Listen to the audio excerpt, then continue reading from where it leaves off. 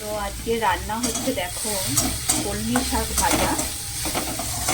আমি কলমি শাকটা এখানে রসুন পেঁয়াজ শুকনো লঙ্কা ফোড়ন দিয়ে তারপর শাকগুলো ভালো করে ধুয়ে কুচি কুচি কেটে নিয়ে নুন হলুদ দিয়ে পুরো ঢাকা দিয়ে ভাজা ভাজা করে নিয়েছি।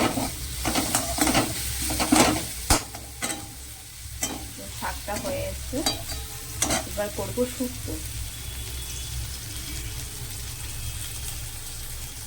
তো আজকে হবে দেখো শাক ভাজা হয়েছে আর হবে উচ্ছে। আমি এখানে উচ্ছেটা ভেজে নিয়েছি আর সব সবজিগুলো ওর মধ্যে দিয়ে দিয়েছি একবারের সাথে। আগে বেলা হয়ে গেছে, আমরা শখে রান্না করছি। আর হবে কুমড়ো দিয়ে আলু দিয়ে একটা তরকারি করবো। দেখো আমি এখানে আলু সবজি দেখিয়ে এলাম।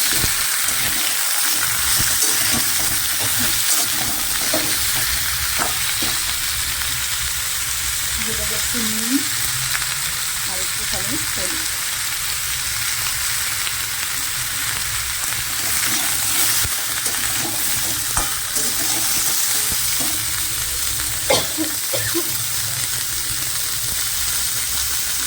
আর হবে মাছ হবে, আজকে করবো না ভালো 3-4 পদ হয়ে যাবে। শাক ভাজা শুক্তো আর কুমড়ো আলু তরকারি আর হবে মাছের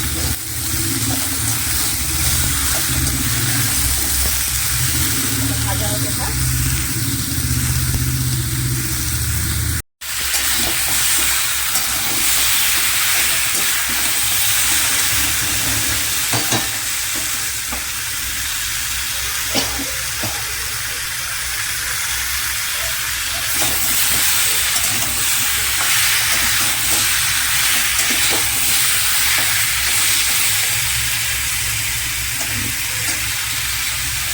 ভাজা হয়ে গেলে দিয়ে দেবো জল এতে।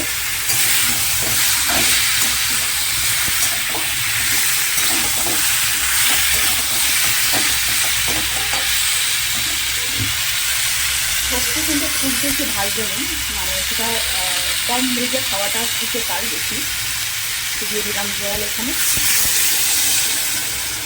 এবার দিয়ে দেবো একটু নুন হলুদ এর মধ্যে।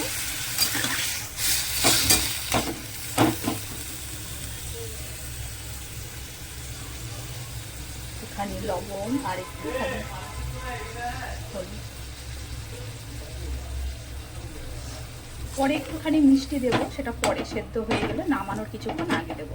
এবার এটাকে ঢাকা দিয়ে দেবো, হতে থাক। আর এদিকে দেখো আমার শুক্তো ফুটছে।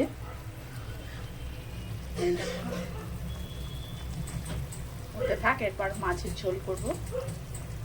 দেখো তরকারিটা হয়ে গেছে। কুমড়োগুলো কিন্তু দেখেছো ভাঙেনি, একদম গোটা গোটা রয়েছে।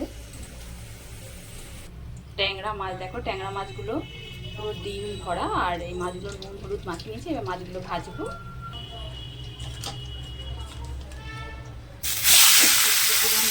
ঢাকা দিয়ে দেবো। গাইস দেখো আর হচ্ছে মাছের ঝোল।